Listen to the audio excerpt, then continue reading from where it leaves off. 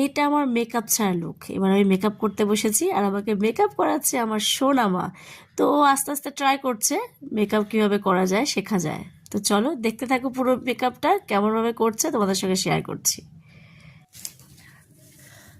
আমার মেয়ে আমাকে সাজিয়েছে, দেখো এখন অনেক কিছু বাকি আছে, কলকা হবে, শাড়ি পরা হবে, দেখতে থাকো ঠিক আছে। তো দেখো মেকআপ তো কমপ্লিট হয়ে গেছে, এবার আমার চুলটাও বেঁধে দিল আমার সোনামা। তো কিন্তু আস্তে আস্তে সবটাই শিখে যাচ্ছে, আমি ওকে মেকআপ মানে করে দিই, কিন্তু আস্তে আস্তে কিন্তু ও আমাকে মেকআপটা করে দিচ্ছে, মানে শিখছে। তো এটা কারোর উপর না কারোর উপর তো ট্রাই করতেই হবে। আমার মেয়ের হাতের ফার্স্ট কলকা খুব সুন্দর হয়েছে তাই না? তোমরা বলবে কিন্তু, ঠিক আছে চলো, ওটা রেডি হয়নি ও ভালো করে দেখছে, লাগছে এটা করতে হবে, চলো।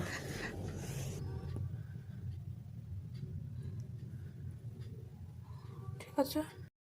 সব বন্ধুরা আলটিমেটলি আমাকে আমার মেয়ে দেখো কি সাজিয়েছে, বধূ সাজিয়েছে। আমার বিয়ে 23 বছর পর আমি আবার এইভাবে সাজলাম, ঠিক আছে। সো আমার মেয়ে আমাকে সাজিয়েছে জোর করে, আমার বিয়ের চূড়নি মানে ওড়না যাকে বলে এরকম দিয়েছিল। আর এটা আমার বিয়ের শাড়ি, এটা ছিল লাল কালার, তো ড্রাই ওয়াশ করতে গিয়ে হয়ে গেছে বেগুনি কালার, জানি না সেটা কি করে হতে পারে। সেটা আমার হাজব্যান্ড বলেছে যে বেগুনি কালার হয়ে গেছে বা কেউ পাল্টে নিয়েছে, যাই হোক এটা আমার বিয়ের শাড়ি, আমার বাবা আমাকে দিয়েছিল।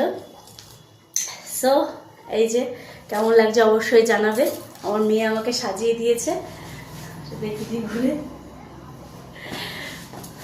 এত বছর পর আমার মেয়ে আমাকে সাজিয়েছে, তো আমার তো বেশ ভালো লাগছে। তোমাদের কেমন লাগলো অবশ্যই জানিও। এটা আমার মেয়ের পুরো মেকআপ, পুরো কলকা সব আমার মেয়ে করে দিয়েছে, তোমাদেরকে তো দেখালাম।